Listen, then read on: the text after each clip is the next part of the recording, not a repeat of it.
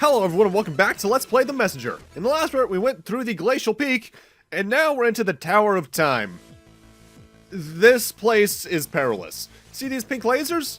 Barring the pink spikes we see later on in this level, anything that you see that is pink here, barring that gem as well, is instant kill. If I touch that, I'm dead.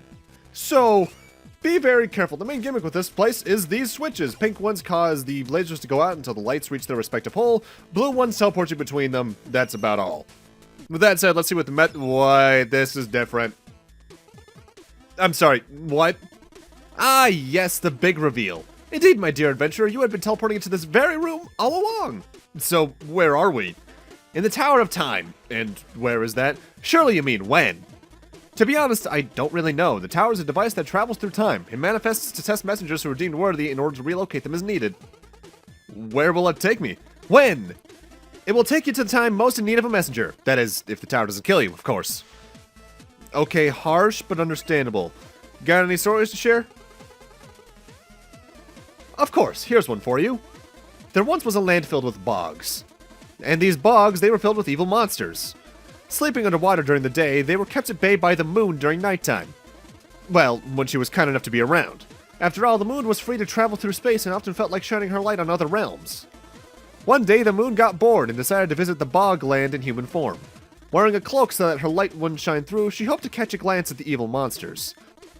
Getting more than people wandering haphazardly in cursed lands usually bargain for, she encountered a man fleeing from a small pack of monsters. Confident in her power, she removed her cloak, creating a glittering aura of protection to help the man escape. Escape he did, but as he looked back, he could see that his savior had put her cloak on a bit little too soon. She was captured by the creatures, who then buried her under a rock so that her light would never shine again. They would rule the night. But our survivor was quick to gather a group of peasants who went to remove the big rock and set the moon free. A strong bond was formed on that day, and she decided to become their guardian. To this day, the moon is there to guide human travelers through the night. The end. Oh, I like that one. I guess it speaks to the power of cooperation? Maybe. To be honest, I only wanted to use the word haphazardly in a story. And there goes the mood shot. Look at it. It's bleeding dead on the floor. Great job, shopkeeper. I just got one of the more useful abilities in the game, though. It's the one I talked about a few parts ago at this point, I think when I was in Bamboo Creek. It halves the time that Corbel is around after you die to 30 seconds instead of a minute. I'm not exactly sure about one thing with this particular level, though. And that's whether or not when you kill, or rather when you take damage from an enemy, if you can just phase through the pink lasers. I would want to say you could, but I've honestly never tried intentionally. Also, the Temple of Tower of Time is a very different game. Is very kind about telling you where its power seals are, though. There's usually a mark on the wall telling you where it is.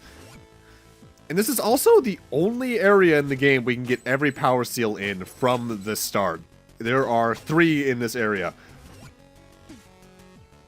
And one of them is, I think, one of the hardest to get in the game just because of where the nearest checkpoint is to it. More on that. Probably closer to minute 8 or so. Something along those lines. With that said, I am very much a fan of this level because first off, I just love Crystal Tower aesthetics. Despite me not liking the final dungeon of Final Fantasy III, the look of it's one of the best parts about it. As is the music. But this is, without a doubt, the most perilous area we've encountered thus far. Potentially in the game. Because this has more ways of instant death than usual. Not only do we have crushing and bottomless pits, we also have the obvious you die lasers. And partner that with time switches and such, you're meant to rush through certain rooms in this area. Meaning that they're very much trying to goad you into accidentally killing yourself, which, not exactly fun, but you know what, fair. Also, if you're paying attention to the background right there, in the previous room, you may have seen there's actually a dead body near the door to the left that I just came out of. There are a bunch of dead bodies littered throughout this place, and I think they're implied to be other messengers who failed this, because obviously there is more than one messenger, as we've definitely learned from the shopkeeper's dialogue. Strange little details all over the place. Mind you, it's like Sabotage Studio likes to hide little references and lore stuff all over the place. There's a goddamn ARG trying to learn the alphabet of this world and other stuff. It's ridiculous. I'll go more into detail with that later on, probably towards the DLC. Or when I have nothing else to talk about, really. But there is a lot of background detail in this game that the developers just made to have fun with, and I think potentially hint to future projects. It's incredibly deep, and there's so much. I just recommend you look up the ARG page on the Messengers wiki.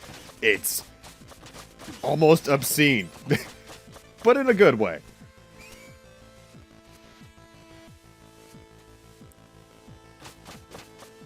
I will say this level will most certainly test how much you've learned from the previous levels platforming, because checkpoints, while not exactly rare, are definitely a bit more sparse in here, barring this section right here, because there is outright a checkpoint in the next room.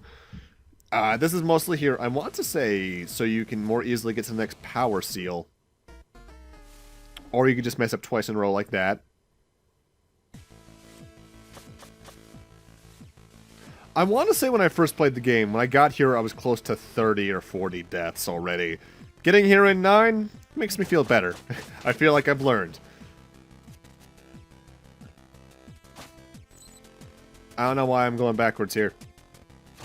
Alright, a little bit later, I accidentally left some footage in that I meant to cut out. This particular power seal is one that I have no problem getting because it feels like they didn't plan for you to have the particular ability for the mid-air attack here. Mind you, you can't exactly plan for someone to have an optional upgrade, so having it just kind of feels like it neuters quite a few different challenges as it is. Because of that? Oh well.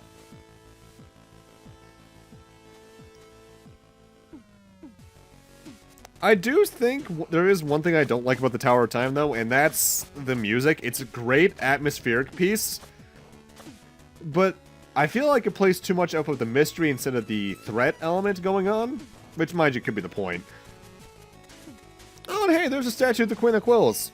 I mean, I guess she was a messenger at one point. Interestingly, at the first shop, if you're paying attention, right in the background, there's actually a statue of the Bowman, who was the person who gave us the scroll back in part 1. Bit odd, but we're coming up on one of my least favorite power seals in the game. Less so for the power seal challenge itself. More so, there are 3 or 4 rooms worth of hazards to get through to get to it at, prior to the between it and the nearest checkpoint. There we go. That's the words I want to use. And because of that, if you die, you're sent back a bit. I think you could just head right and maybe get to a checkpoint sooner than that. But this, I don't know why. Platforms and hazards in opposite rotational axes like these, I don't think that's the right term for that. Either way, that move in opposite directions have always just messed with my head. I can never do them right. Thankfully, Cloud Step allows me to ignore it. Thankfully, though, it is the last power seal here. Though if you have to eventually come back for this one, God, that's going to be a backtrack because you have to come all the way back through this place for reasons I'll go over later. For now, let's just continue on. I want to say we're getting close to the top. The creator is what that statue says, I believe. Huh. Wonder what that's about. It's a cool design. I'm honestly trying to think what area in the game I died in the most on my first playthrough. This was probably top 3 because going for that power seal alone took me like 20-30 minutes because I just couldn't handle the platforming for some reason. But if it's not here, it was probably either 2 levels from now or going for certain power seals later on, because very few of the areas I found as deadly as this. Just going for certain individual challenges was what gave me some trouble later on. Barring a few instances, there's one other power seal I'm especially thinking of right now that I do not like, to put it in kind terms, I suppose.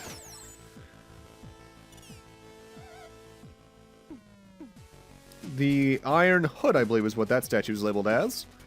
Huh. Well, pattern would dictate based off the Bowman and Monk slash Queen of Quills that they're messengers, but huh. Am I totally keeping you guys in the dark about lore I know? Absolutely. This room sucks. And by that I mean it makes me very tense, because you need to pull some pretty fast moves to avoid easy death, but not too fast so that you don't accidentally send yourself backwards, of course. My best advice would be to use the rope dart to your advantage to hit the farther from you a crystal, just because that does count as an attack in that regard. Very often I find myself, whenever I use the rope dart, trying to attack the enemy right afterwards, but I believe just hooking into them is all you need to actually damage them. This room makes me tense just because the platforms start crumbling the moment you just jump on them. But they honestly give you enough time that it's never a real threat. It's more so just a climactic final visual, because if I recall correctly, this is the final actual platforming challenge. Wait, I thought the shop was physically behind that other door earlier. Oh, so this is the moment that got you. My shop is connected all over the world, and that's totally fine, but somehow it can't be in the same building twice? I can't believe you. Okay, fair enough. I can't buy anything. I'm just gonna leave now because I feel like I've actually offended you, so farewell. With that, though, let's head on to the boss fight. The Tower of Time's platforming is hard, but it's a fair hard. It's just that it's the hardest we've seen thus far. And so you made it through the test of will. Oh, we're so going to do the thing now. Prepare yourself, messenger, and behold the might of our order. You shall emerge as the chosen one, or not at all. Enough introductions, I'm going first.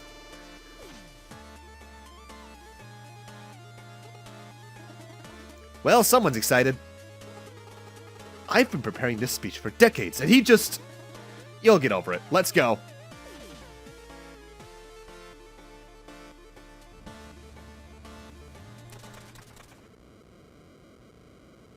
Good old-fashioned boss design.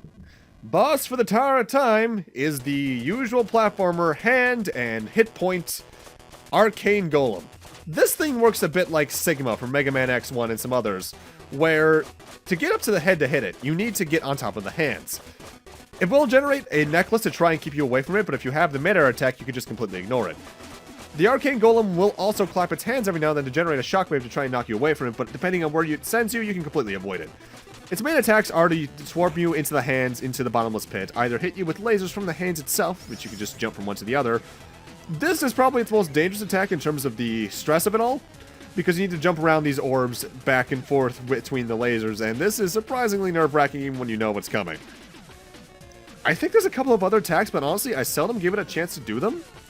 Because if you have the mid-air attack, you can just chain yourself back and forth, getting knocked off by the hands, and then back onto a hand without ever touching the floor, then back up to damaging it without ever really having much of a chance for it to attack you. The main attack that will be a threat to you at that point is the one it just did a moment ago, where it sends its little orb necklace out at you as an attack in sequence. If you just keep in mind that that's coming, though, you can just move out ahead of time and avoid damage. This fight gave me a couple of deaths on my first playthrough, but honestly, coming back, it's a relatively easy fight. For this game, I should note. If you've been practicing your platforming, it's gonna be easy enough. For newcomers, of course, this will still be a hard fight. It's the whole thing of speedrunners versus casual players, because you do the fight enough, you start to learn it, and then you just, you know. Still easier than any of the endgame bosses in Ninja Gaiden 1, for example, barring maybe the final phase of the demon, just because that thing does not really do much to try and hurt you. Enough sword strikes to the head, and like all the other bosses, it explodes. As all good bosses should, or melts. Those are the two things bosses should do.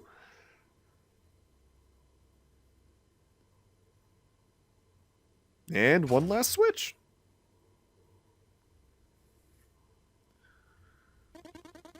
Okay, I think he's coming. Please let me do the prophecy bit this time. I'm staying out of this. Do whatever you want.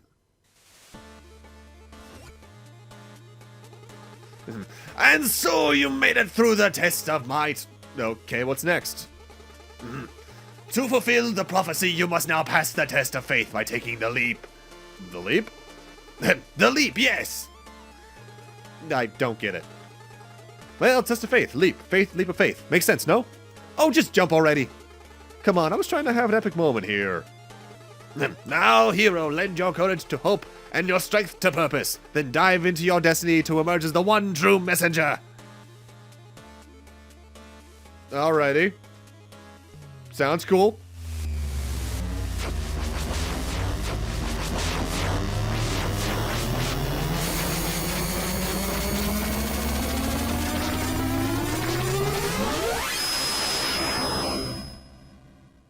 Ugh, I feel weird. Shiny. Bigger. This feels weird. I'm getting out of here. But with that, I'm going to end this off here. Thank you guys for watching, and in part 7, things are going to be a little bit different. See you guys then.